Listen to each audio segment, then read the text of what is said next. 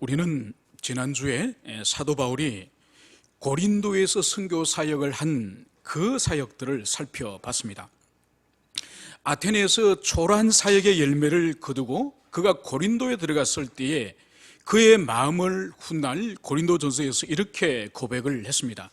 내가 너희 가운데 거할 때에 약하고 두려워하고 심히 떨었노라.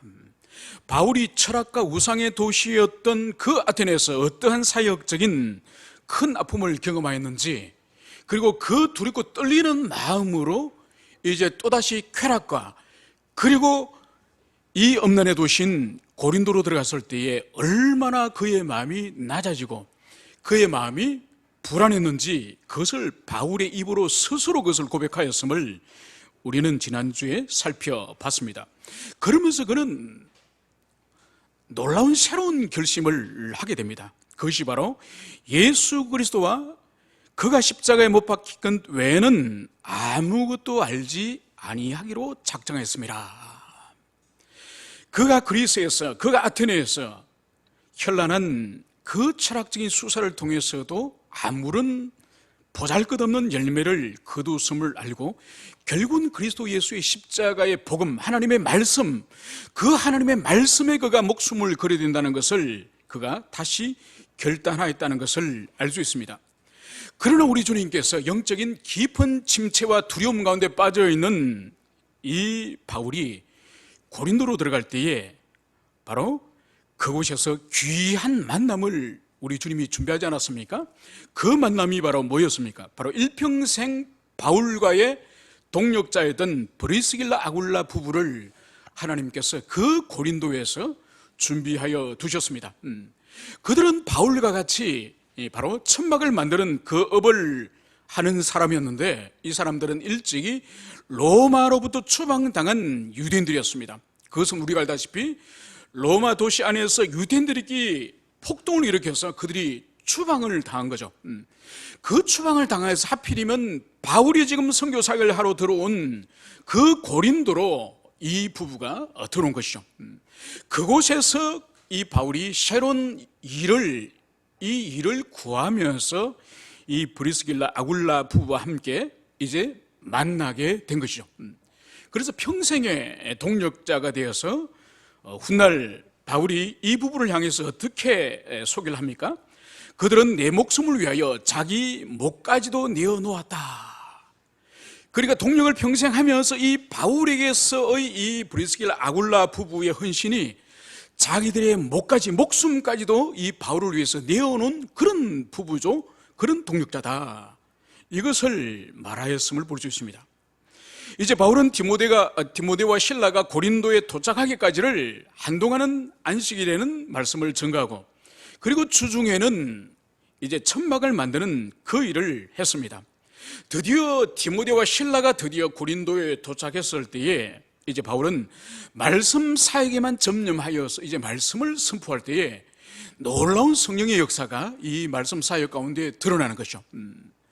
그런데 지금까지 바울의 말씀 사역 가운데 성령의 역사가 나타날 때에 반드시 대적의 역사가 함께 일어났죠. 그래서 유대인들이 또 이 바울을 대적하고 사역을 회방하였음을, 그것을 우리는 알고 있습니다. 그래서 결국은 이 바울의 사역이 회당에서 쫓겨나서 결국은 회당 옆에 있는 디도 유스도로 하는 그 사람의 집으로 옮기게 된 것이죠. 그런데 하나님께서 놀라운 은혜를 주셔서 이 회당의 회당장인 바로 회당장이 그리스도가 이제는 온 가족과 함께 예수 그리스도를 영접하는 놀라운 일이 일어납니다. 이 영향으로 고린도 안에 있는 많은 고린도 시민들이 그리스도 예수를 믿고 또 세례까지 받는 역사가 일어나는 것이죠. 그러니까 참으로 예상하지 못했던 그 두렵고 떨림으로 들어왔던 그 고린도 도시 안에서 놀라운 영적인 각성과 부흥이 일어났음을, 그것을 볼 수 있습니다. 바로 이 놀라운 각성에 대해서 이제 이 유대인들은 이 바울을 향해서 어떤 협박과 해코지를 하려고 그들이 생각을 했던 것 같습니다.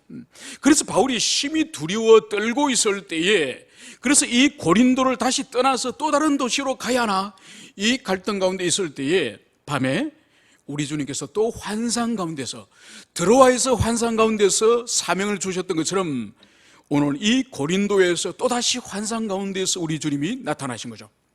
그래서 하신 말씀이 바로 뭐죠? 두려워하지 말며 침묵하지 말고 말하라. 내가 너와 함께 있음에 어떤 사람도 너를 대적하여 괴롭게 할 자가 없을 것이니 이는 이 성중에 내 백성이 많음이라. 바울은 위협과 두려움 가운데서 다른 도시로 가고자 하는 그런 마음의 움직임을 주님께서는 정확히 하시고 이제 바울을 격려하고 위로하고 그 성중에 아직도 구원받아야 될 하나님의 백성들이 많으므로 사역을 계속적으로 하라는 그 미션을 주었음을 볼 수 있습니다. 이 말씀에 이 바울이 격려와 힘을 얻고 가장 오랫동안 사역했던 에베소에서 3년을 사역했던 그 다음으로 이 고린도에서 무려 1년 6개월씩이나 긴 시간 동안에 바로 바울이 여기서 사역할 수 있었음을 성경은 그것을 말씀을 하고 있습니다.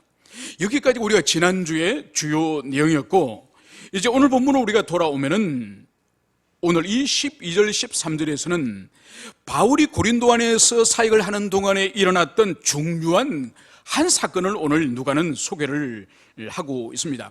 그 사건이 무엇인지 우리 12절과 13절을 우리 다시 함께 읽어보도록 하겠습니다. 12절 13절 시작.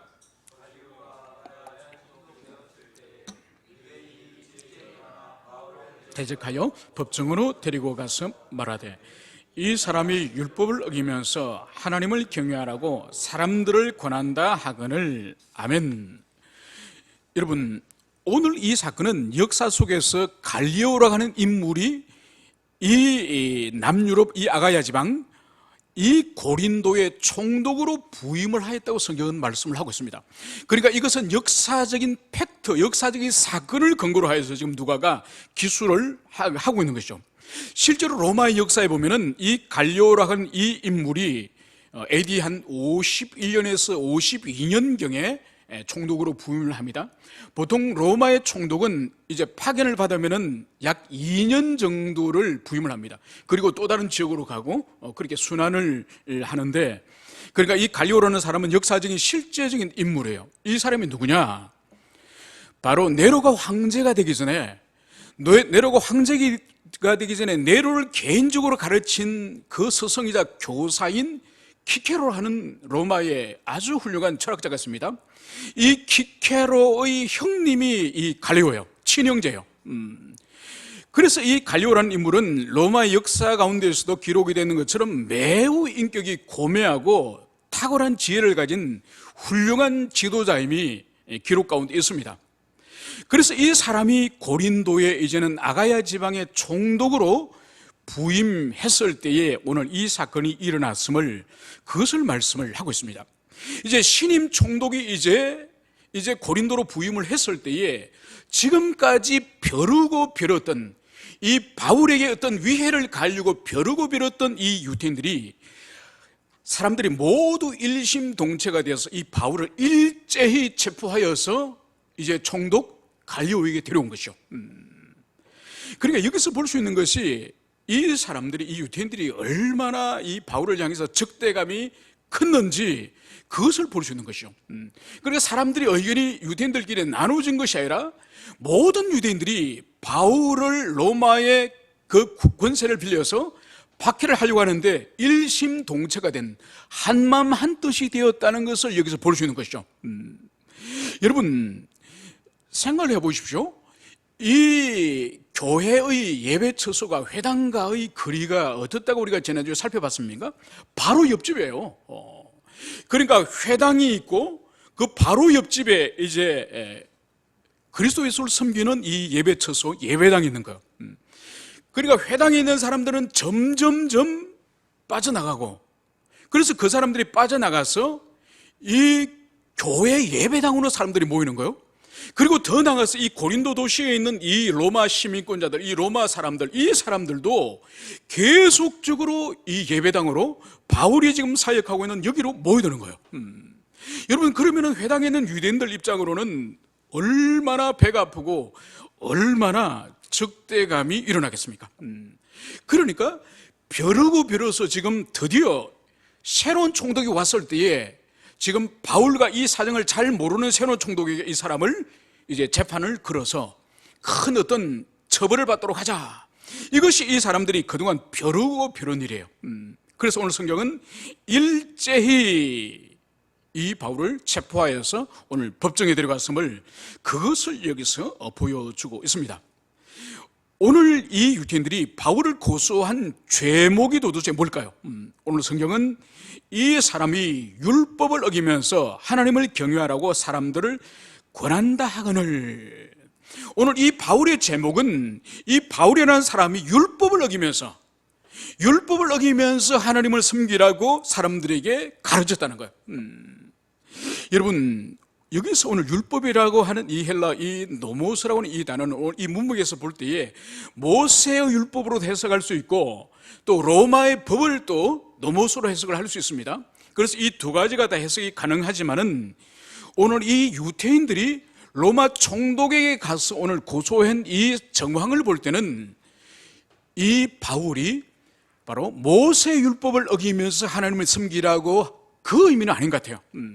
그러니까 오늘 이 바울이 로마의 법을 어겼음을 그것을 지금 총독에게 고소하는 것을 그렇게 해석하는 것이 자연스러울 것 같습니다. 그러면은 이것이 무슨 의미일까요?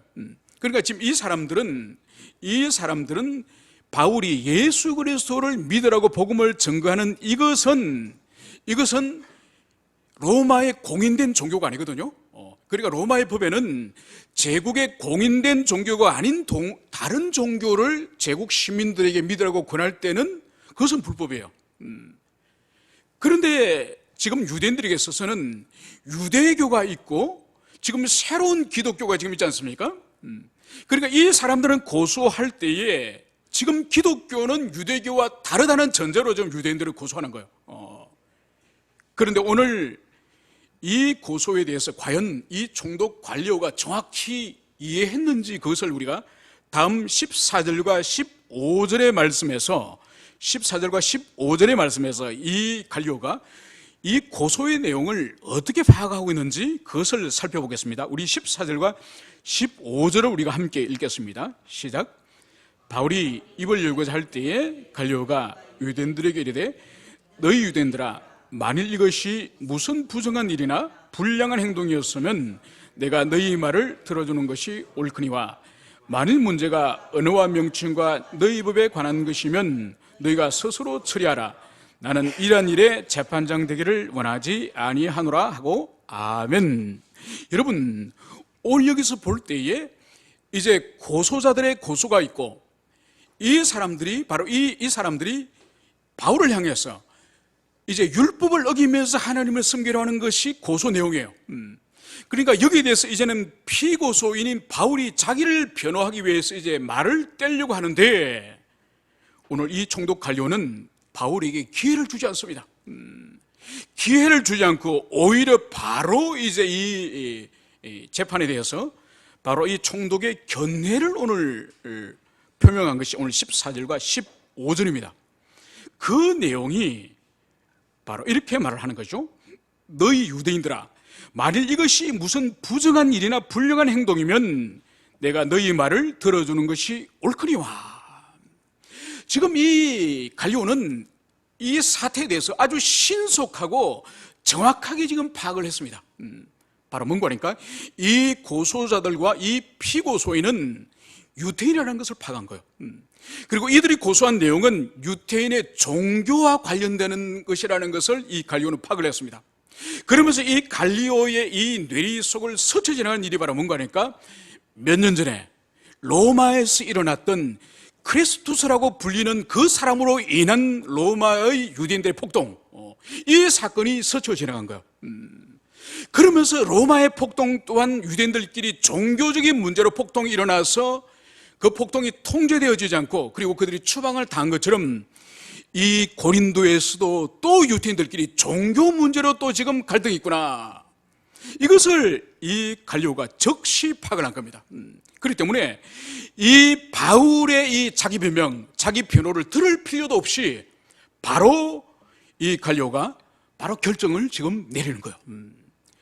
그 바로 내용이 만일 이것이 무슨 부정한 일이나 불량한 행동이면, 여러분 여기서 부정한 일이라고 하는 이 의미는, 헬라어 의미는 공의에 위배되는 일, 즉 로마의 법을 위배하는 일, 이런 의미고, 그리고 불량한 행동이라는 의미는 윤리적으로 분별 없는 행동, 이런 의미예요.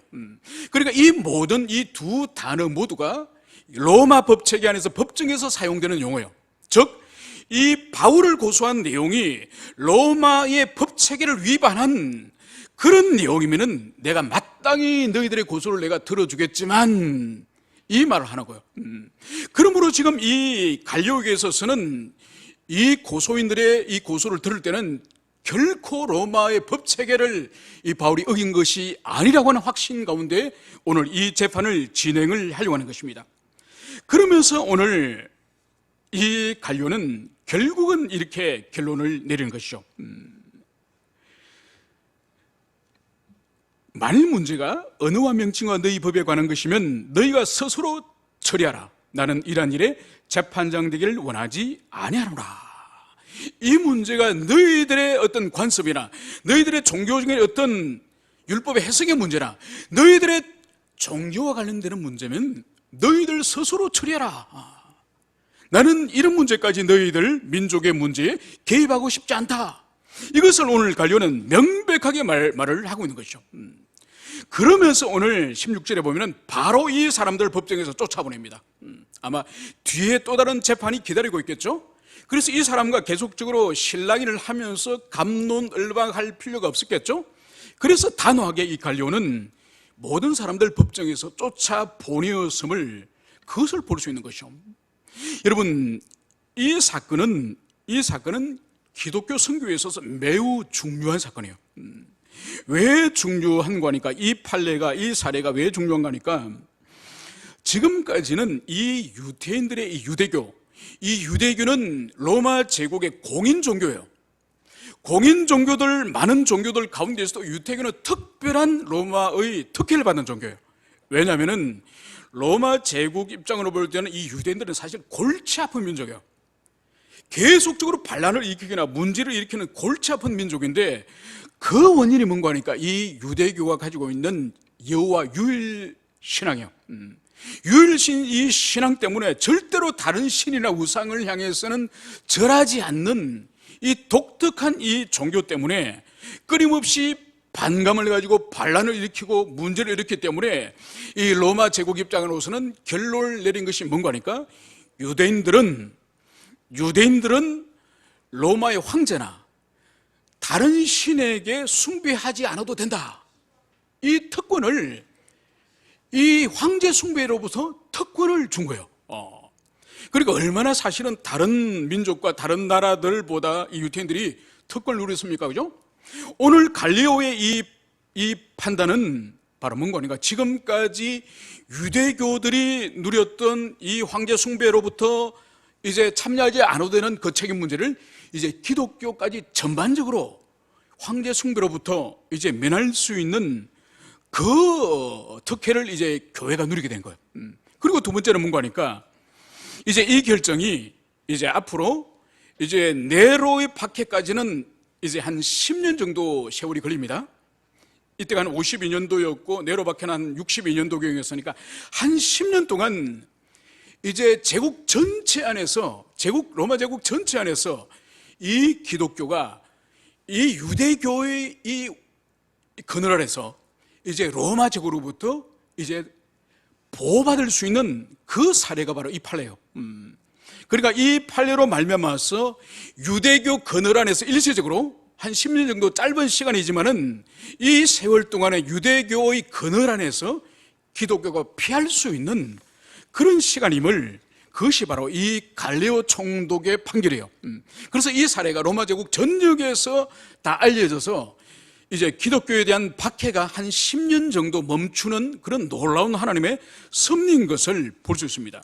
여러분, 이것이 바로 하나님께서 당신의 교회를 지키시고 보호하시는, 때로는 교회를 박해 가운데에 순교의 제물로 교회를 주님께서 허락하시는 그런 시기도 있지만은, 그러나 이 시기는 바로 주님께서 교회를 보호하시고, 그래서 바울의 선교를 통해서 교회가 놀라운 그런 성장을 할 수 있는 그런 특별한 하나님의 섭리의 시간이라고 그렇게 볼 수가 있는 것이죠. 여러분, 이것은 우리 이 땅에도 복음이 전파될 때에, 선교의 초기에도 그런 것을 볼 수 있습니다. 여러분, 로마 카톨릭과 우리 개신교가 이 땅에 처음 복음이 전파되었을 때에 시차가 약 100년 정도 차이 납니다. 그러니까 로마 카톨릭은 18세기 1700년도 말에 이 조선 땅에 들어옵니다. 그런데 기독교는 1880년도 들어오죠. 한 100년 정도 차이를 둡니다. 그런데 하나님께서 구교를 먼저 들어오게 하시고 후에 100년 후에 신교를 들어오게 합니다. 여러분, 그러면서 이 구교는 엄청난 박해를 당해요. 우리가 알다시피 신유박해나 병인박해나 약 10,000명 이상의 사람들이 목이 잘립니다. 이 조선 땅에서. 그래서 양화전에 가면 그 낮은 그 산을 절두산이라고 부르지 않습니까? 목을 잘랐다 그래서 절두산이라고 불리고, 그 한강 백사장에는 피범벅이 돼가지고 사람들이 시체 썩는 냄새나 그 피 비린내 때문에 가지를 못할 정도로 얼마나 많은 천주교 믿는 사람들을 죽이는지 모릅니다. 그래서 조상을 숭배하지 않고 조상의 제사를 거부하는 폐역무도한 교라 그래가지고 얼마나 많은 순교자를 낳습니까? 그죠? 그래서 국가와 백성으로부터 적대감을 가운데서 설교가 됐다 한다면은 기독교는 전혀 다르죠. 100년 후에 들어오던 기독교는 조선이 망해져가고 왕실이 망해져갈 때에 이제 왕실을 지켰던 종교고, 나라가 망해져갈 때 백성들의 미래와 나라의 운명을 이 교회 앞에 기도하였던 그런 종교가 바로 기독교예요. 그러니까 만약 순서가 바뀌어가지고 개신교가 먼저 들어오고 그렇게 됐으면은 엄청난 정에 부딪히고 이후에 선교에 있어서도 아주 어려움이 있었을 겁니다. 그래서 우리는 일제시대라든지 나라와 민족이 어려울 때에 교회 모여서 기도하고 하나님 앞에 기도하면서 나라도 회복되어지고, 그리고 교회에 놀라운 하나님께서 각성을 주셨음을 우리는 그것을 알 수 있습니다. 그래서 하나님께서 한 민족이나 한 나라에 섭리적으로 그 교회를 보호하고 공동체를 보호하기 위해서 주님의 놀라운 손길이 있음을, 그것을 우리는 알 수가 있습니다. 이제 오늘 18절에 따르면은 오늘 바울은 이 고린도에서 여러 날 동안 더 머물다가 형제들과 작별하고 이제 자신을 파송한 수리아 안디옥으로 다시 돌아가는 이야기가 이제 18절에 기록이 됐습니다. 그런데 여러분, 우리가 이 18절을 읽을 때에 그냥 여러 날 이제 고린도에 잘 있다가 이제 수리아 안디옥으로 돌아가는구나 이 생각을 하지만은, 그러나 여러분, 2차 선교 사역 때 빌립보로부터 시작하여서 데살로니가, 그리고 베레아, 그리고 고린도, 아테네, 여러분 바울이 한 도시 사역을 하고 다른 도시로 갈 때마다 여러분 그 상황을 여러분 기억을 해보십시오. 한 번도 오늘 고린도를 떠나는 이 분위기처럼 형제들에게 안부 전하고 여러 날 동안 편안하게 이제 회복을 하고 그렇게 떠난 적이 지금까지 있었습니까? 한 번도 없었습니다. 야반도주 하다시피 박해 가운데 생명의 위협을 당하면서 도망치듯이 지금까지 다 도시를 떠나지 않았습니까? 아니면 아테네를 떠날 때는 정말 영적인 침체 가운데서 깊은 영적인 슬럼프 가운데서 바울이 떠나지 않았습니까? 그런데 이 고린도에 들어올 때는 그렇게 영적으로 침체 가운데 들어왔지만은 이 고린도를 떠날 때는 지금까지 어떤 교회를 떠날 때와 달리 바로 형제들과 작별하고 여러 날 이들과 함께 교제한 후에 이제 이 바울 일행이 이제 수리아로 떠남을, 그것을 말씀을 하고 있습니다. 이것이 바로 하나님의 은혜인 것이죠. 그래서 하나님께서는 때로는 환난과 고난을 우리 삶 가운데에 주시더라도 때로는 쉴만한 물가를 주시는 거죠. 여러분, 그렇기 때문에 늘 환난만 있는 인생 없습니다. 때로는 쉼과 회복과 충전의 시간을 주시고 또 늘 좋은 것만 주시도 않습니다. 왜냐하면 그러면 그 영혼이 망하니까. 그래서 때로는 또 좋은 일 끝에 또 힘든 역경과 고난의 시간이 우리 인생 가운데 찾아오는 것이죠. 여러분, 그렇기 때문에 항상 고난과 또 이 순경은, 역경과 이 순경은 번갈아 가면서 우리 인생에 오는 거예요. 번갈아 가서 오기 때문에 좋은 일이 있다 하더라도 우리가 마음을 놓지 말고 항상 주님께서 우리에게 또 긴장하고 또 우리가 주님 앞에 다시 서도록 우리 고난이 예비되어 있다, 이런 마음을 항상 가지고 있으면 우리가 교만해지지 않죠. 그리고 역경 가운데 계속 우리에게 어려움이 찾아온다 할지라도 주님께서는 또다시 우리에게 쉴만한 물가를, 우리가 완전히 망하지 않도록 주님께서 쉴만한 물가를 우리에게 예외해 두셨다.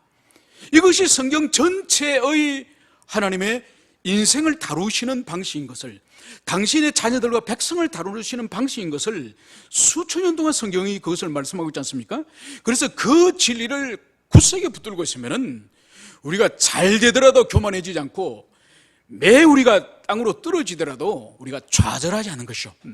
여러분, 이 신앙이 없기 때문에 그리스도인들 같은 경우 어떤 사람들이 자살을 하는 이유가 바로 그거예요. 그리고 이 신앙을 붙들고 있지 못하기 때문에 그 절망적인 상황이 영원히 계속될 것으로만 믿었기 때문에 그냥 생명을 끊어버리는 거죠. 여러분들께서는 하나님께서 항상 순경과 역경을 번갈아 가면서 함께 해주신다는 것을 여러분들이 가슴에 깊이 새기시길 바랍니다. 오늘 이 바울이 떠날 때에 오늘 놀라운 일이 한 가지 있습니다. 그것이 바로 뭔가 하니까, 이 바울이 이제는 이 안디옥으로 돌아갈 때에, 이 배를 타고 돌아갈 때 바로 브리스길라 아굴라 부부가 함께 동행하였다는 거예요. 여러분, 이 브리스길라 아굴라 부부가 왜 고린도에 왔죠? 우리가 너무나도 잘 알고 있습니다. 로마에서 추방당하였고 이 거대한 도시, 75만 명이나 살고 있는 이 거대한 도시에서 계속적으로 자기 사업을 확장하기 위해서 이 도시에 오지 않았습니까? 그래서 이 브리스길라 아굴라 이 부부는 자신의 생업을 위해서, 사업을 위해서 이 도시로 찾아온 사람이죠. 그런데 오늘 바울이, 보잘것없는 이 전도자, 이 바울이 안디옥으로 돌아가려고 할 때에 자신의 사업을 정리하고 이 바울과 함께 길을 떠나는 이 모습을 여기서 볼 수 있는 거예요. 여러분, 오늘날도 단칸방에 살다가 이사를 가는 일이 쉬운 일입니까? 어려운 일입니까? 어려운 일이죠, 그죠? 그러니까 얼마 전에 우리 옆집에 우리 대성 형제님 이따가 이제 어머님 댁으로 들어갔지 않습니까? 그때 우리 한 집사님하고 이제 제가 차를 가지고 박스에 이렇게 실으니까 많아요. 뭐 단촐할 줄 알았는데 뭐 책상에 뭐 책꽂이는 정리하고도 여러 박스 계속, 그래 두 차에 가득 실었습니다. 여러분, 단 한 사람이 1년 살다가 이사하는데도 그렇게 짐이 쉬운 게 아니에요. 그런데 이 브리스길라 아굴라 부부는 여행을 다니는 사람이 아니에요. 천막을 만드는 사업을 하는 사람이에요. 그러면 이 사업장에 종업원도 있을 테고, 그리고 이 천막을 만드는 어떤 천들이나 가죽도 있을 것이고, 많은 제품을 만드는 재료들이 있을 거예요. 여러분, 이것을 오늘날처럼 어떤 이삿짐 센터에 맡겨가지고 한 달 후에 안디옥까지 배달해 주십시오, 아니면 항공으로 오든지 해운으로 오든지, 여러분 그런 시대가 아니지 않습니까? 이 고린도에서 항구로 옮겨야 되고, 항구에서 다시 배에 실어야 되고, 배에서 내려서 다음 도시까지 가져가야 되고, 이 이사는, 사업처를 옮기는 일이 얼마나 힘듭니까? 여러분, 그럼에도 불구하고 오늘 이 부부는 이 무명의, 이 초라한 전도자인 이 바울을 따라서 그들의 삶의 터전을 옮기기를 오늘 이 사람들은 과감히 결단하였음을, 그것을 여기서 볼 수 있습니다. 여러분, 그렇기 때문에 이 사람을 향해서 자기 목숨까지도 나를 위해서 내줄 사람이다, 이렇게 바울이 감히 말할 수 있는 거죠. 여러분, 이것이 바로 진실로 동력자죠. 평생의 동력자죠. 여러분, 저는 이 부부와 바울의 관계를 묵상하면서 머릿속에 스쳐 지나간 교회 역사 가운데에 동력자가 한 팀이 생각이 났습니다. 누군가 하니까 무디 목사니까 생키예요, 생키. 여러분, 무디 목사님이 전도 사역을, 말씀 사역을 하는 곳마다 복음 가수 이 생키라고 하는 이분이 항상 따라다녔습니다. 이 생키라는 분은 살아생전에 1200곡의 찬송가를 선분해요. 그러면서 항상 먼저 가서 찬송을 인도하여서 마음을 활짝 열고 마음이 뜨거워져 있을 때 이 무디 목사님 올라가서 강단에서 선포하는 거죠. 그래서 놀라운 말씀의 각성의 역사가 이 생키와 이 무디 두 사람을 통해서 주님이 놀랍게 역사하신 거죠. 그래서 마지막 인생의 말년에 이 생키 목사님이 이분이 장님이 돼가지고 5년 동안은 장님으로 살다가 결국은 돌아가게 되죠. 그래서 평생을 이 아름다운 이 동력을 하였음을 볼 수 있습니다. 여러분, 생키 목사님이 이분이 작곡한 노래 가운데서, 찬송 가운데서 어려운 일 당할 때, 여러분 잘 아시죠, 그죠? 십자가 군병되어서, 여러분 잘 아시는 곡이죠, 그죠? 그리고 나 주의 도움 받고자, 이게 다 생키 이분이 선 찬송이에요. 그러니까 이 브리스길라 아굴라 부부의 이 결단, 이 삶의 이 헌신, 그것처럼 이 생키의 자신이 가지고 있는 이 찬송이라 찬양이라는 이 능력으로 미국과 이 유럽 대륙의 수많은 전도 집회에 그 귀한 사역을 하였음을 우리는 기억해야 될 것입니다. 이제 오늘 18절에서 이 바울은 드디어 고린도를 떠나서 고린도 외향인, 우리로 치면 서울에서 이제는 외국으로 가려고 할 때에 조선시대 때 제물포 인천에 가서 배를 타는 것처럼 바로 이 외향인 갱그레가에 가서 오늘 바울이 무엇을 하였느냐, 이 갱그레아 항구에서 바울이 머리를 깎았다는 거. 머리를 깎았는데 누가는 바울이 머리를 깎은 이유를 일찍이 서원이 있었으므로, 바울이 일찍이 하나님께 어떤 서원을 하여서 오늘 갱그레아 항구에서 오늘 배를 타기 전에 머리를 깎았다, 이것을 말씀을 하고 있는 거예요. 여러분, 머리를 깎는 일은 모세의 율법 가운데 특별한 사건이에요. 이것은 바로 민수기 6장에 이스라엘 백성들 가운데 나실인에 관한 법에 관해서 민수기 6장이 그것을 증거하고 있습니다. 여러분, 나실인이 뭔가요? 나실인은 이스라엘 백성 가운데 특별히 하나님에게 어떤 약속, 서원을 하여서 자신을 거룩하게 구별하여서 주님 앞에 일정한 기간을 서원했을 때에 그 사람을 나실이라 부르는 거예요. 그래서 그 기간 동안은 특별하게 거룩하게 주님 앞에 드린 것이기 때문에 하나님 앞에 지켜야 될 규범들이 있습니다. 그것이 바로 뭔가 하니까 포도주나 독주나 이 술을 마시지 않는 거, 특히 포도로 된 어떠한 것도 먹지 않는 거예요. 심지어 건포도마저도 먹지 않는. 두 번째는 머리를 자르지 않는 거예요. 머리를 이 서원이 끝날 때까지, 이 서원이 끝날 때까지 머리를 절대로 자르지 않습니다. 그리고 세 번째로는 시체나 부정한 것을 만지지 않는 거예요. 이 세 가지를 잘 서원한 기간 동안에 지켜야 되는 거예요. 만약 이것을 서원 기간 동안에 어겼다, 술을 한 잔 먹었다, 안 그러면 죽은 어떤 짐승의 시신을 만졌다, 그러면 지금까지 지켜왔던 그 기간들은 무효예요, 무효. 다시 해, 다시 처음부터.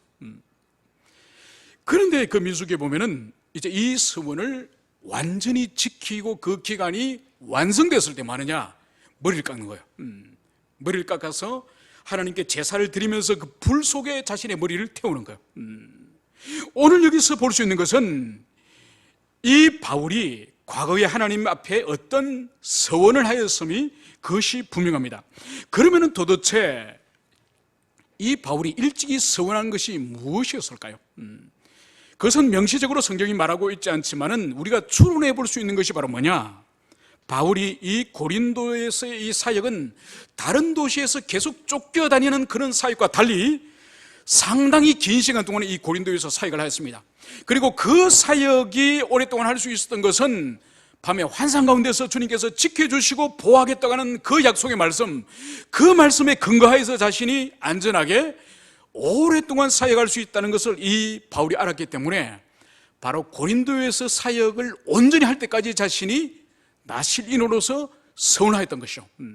그래서 그 사역의 모든 사역을 끝내고 이제는 고린도를 떠나면서 배를 타기 전에 이 바울이 이제 서원이 완성되었기 때문에 머리를 깎은 것으로 볼 수가 있습니다.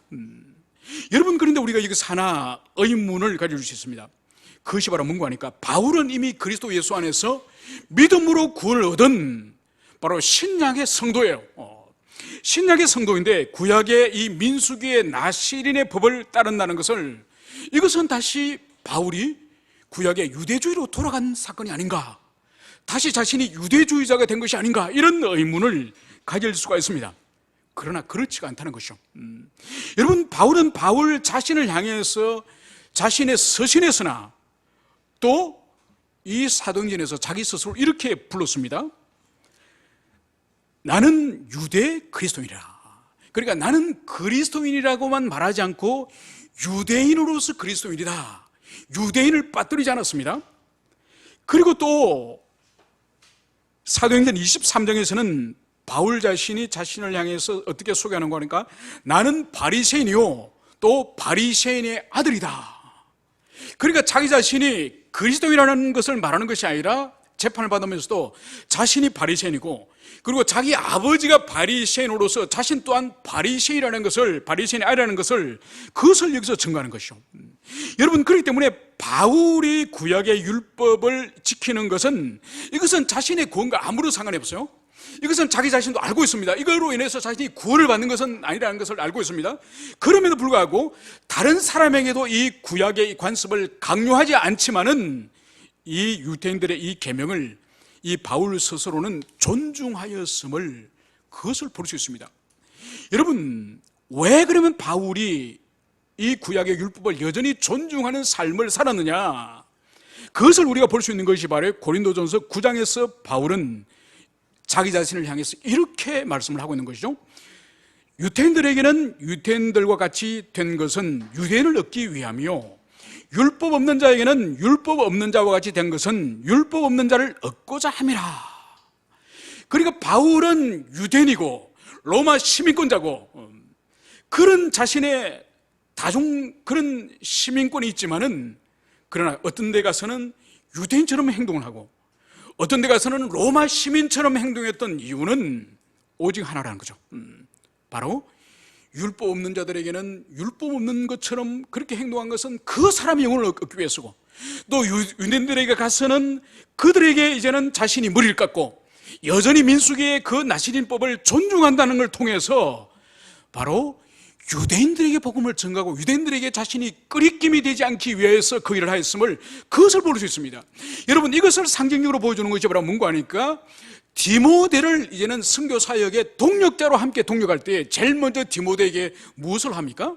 할례를 행해요. 그러니까 어머니는 유대인이지만 아버지가 이방인임에도 불구하고 계속적으로 바울과 함께 유대인 회당에서 사역을 해야 되기 때문에 이 유대인들에게 끄리낌을 받지 않도록 하기 위해서 이 디모데에게 할례를 행하는 거죠.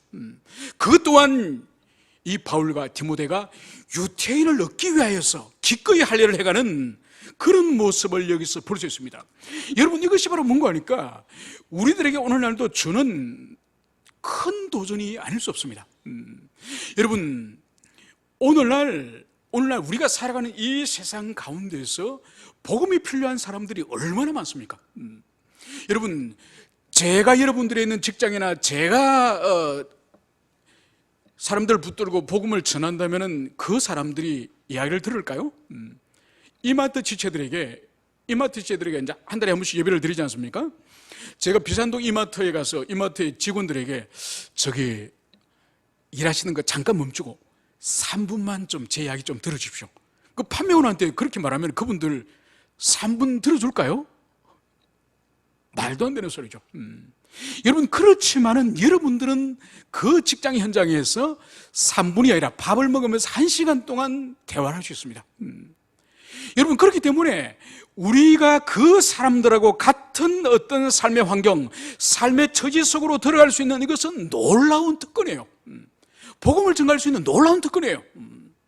오늘 이 바울의 이 모습을 보십시오. 이제 다시 유대인들을 만나는 그 환경 속으로 이 예루살렘으로 들어갈 텐데 자신의 머리를 깎는 것이죠.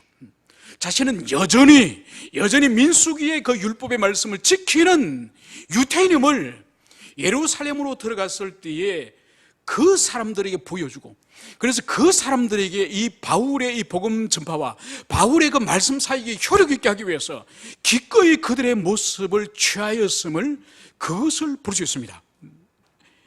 이제 오늘 이제 이 갱거레에서 출발한 이제 이 바울은 드디어 긴 항해 끝에 오늘 아시아 터키에 있는 에베소에 오늘 도착했음을 성경은 말씀을 하고 있습니다.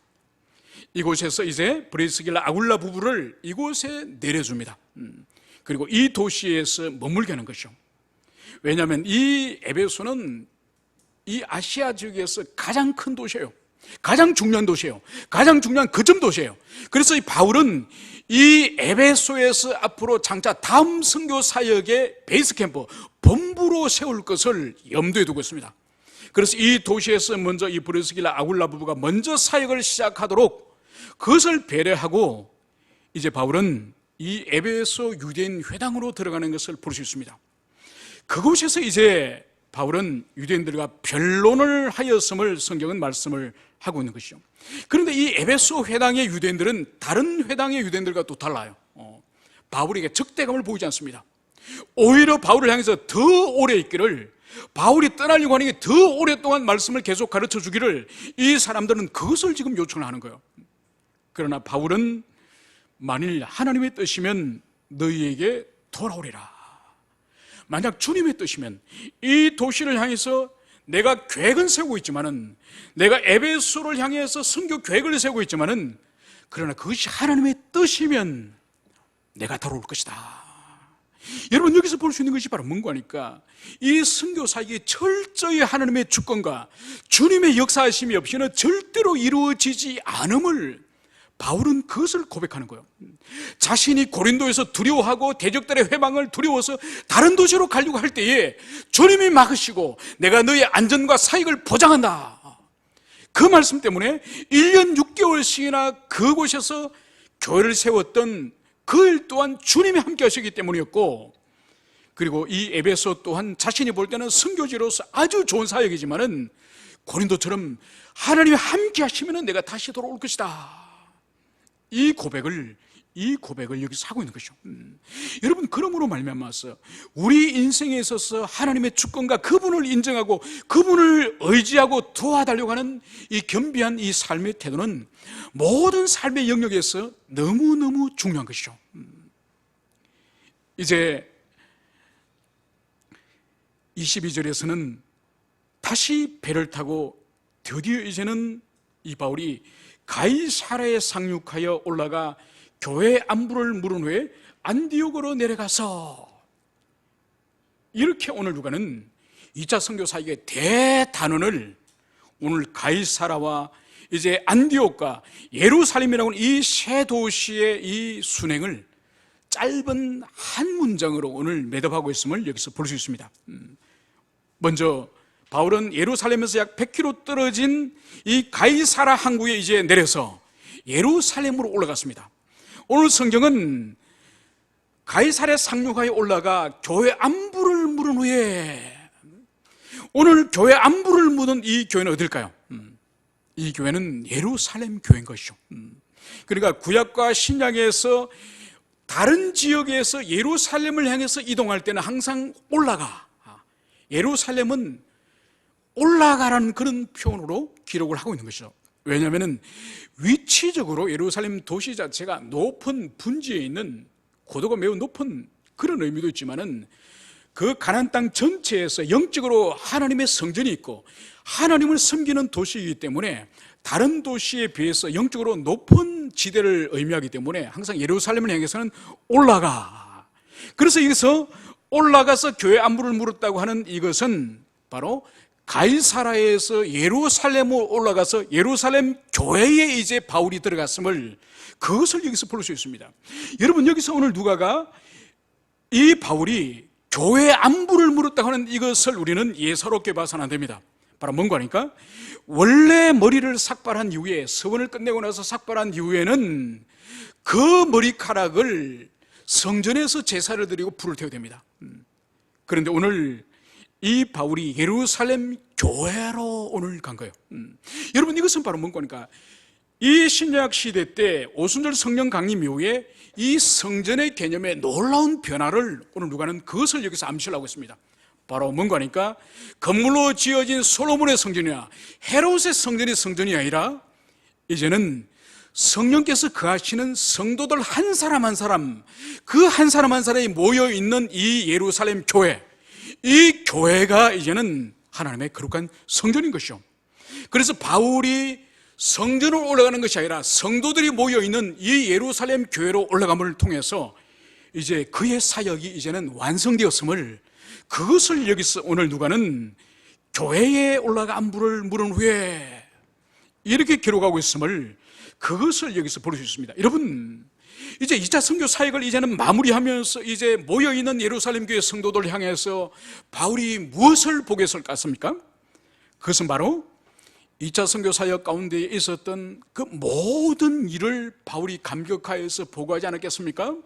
그가 아시아에서 사역을 할 때에 가는 곳마다 성령이 길을 막으시고 가는 곳마다 복음의 길을 막으시면서 어느 날 드로아에서 밤중에 환상을 보았을 때에 바로 에게의 바다 건너서 마게도냐 사람이 손을 흔들면서 건너와서 우리를 도우라, 그렇게 자신의 영혼 구원을 위해서 부를 때에 그것이 하나님의 뜻인 줄 알고 바다를 건너가지 않았습니까?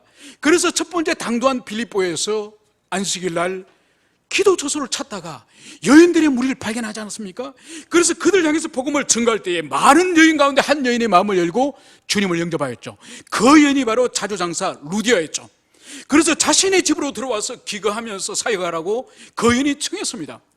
그리고 며칠 후에 길에서 만난 귀신 들린 점치는 여인의 그 귀신을 쫓아보낼 때에 바로 큰 박해가 이제 찾아와서 감옥에 갇히고 채찍에 맞는 엄청난 박해를 당하지 않았습니까? 그럼에도 불구하고 좌절하지 않고 간절히 기도하고 찬송해 줄 때에 옥터가 흔들리는 엄청난 지진이 빌립보 도시에 일어난 것이죠. 그 일로 간수가 자기라고 할 때 그 자기를 맞고 그 가정의 온 식솔들이 이제 그리스도 예수를 영접하고 세례를 받는 일이 일어나지 않았습니까? 그러면서 그 도시에서 또다시 쫓겨나서 데살로니가 가서 놀라운 말씀의 증거가 일어났을 때에 어떤 일이 벌어졌습니까? 데살로니가에 있는 그 회당의 유대인들이 폭력배를 동원해가지고 이제 도시에서 폭동을 일으키지 않았습니까? 그걸 다시 피해가지고 베레아라고 했죠. 베레아로 가서 복음을 전하는데 놀라운 일이 벌어졌죠. 이 사람들이 너무나도 하나님의 말씀을 사모하고 간절히 그 말씀을 찾는 그 마음으로 많은 사람들이 말씀에 감화를 받지 않았습니까? 그래서 데살로니가에서 볼 수 없는 그런 말씀에 대한 반응을 보지 않았습니까? 그러나 그 바울이 또 아덴에 갔을 때는 어떤 어려움을 당했습니까? 그 철학적인 수사를 통해서 복음을 전개했을 때에 그 보잘것없는 그 사역의 열매, 그 사역의 열매를 가지고 초라한 모습으로 고린도로 들어갔을 때에 하나님께서는 귀한 동력자를 붙여주시고 또 그곳에서 강력한 말씀의 사역을 통해서 수많은 고린도 도시의 시민들이 교회를 이루지 않았습니까? 그래서 주님께서 그 땅에서 1년 6개월씩이나 많은 영혼을 추수하고 큰 교회를 이룰 수 있는 그런 하나님의 일하심을 이 바울이 예루살렘 교회에 모여있는 모든 성도들과 사도를 향해서 그것을 전한 것이요. 여러분, 이 바울의 이 사역 보고를 들은 예루살렘 교회는 어땠을까요?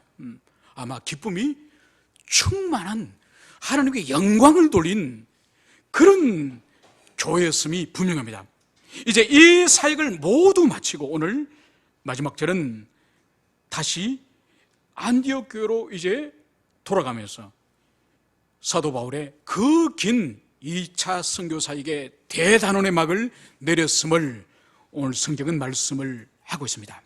주님께서 바울의 모든 역경과 모든 순경 가운데 함께 하신 그 주님을 찬양합니다. 함께 기도하시겠습니다.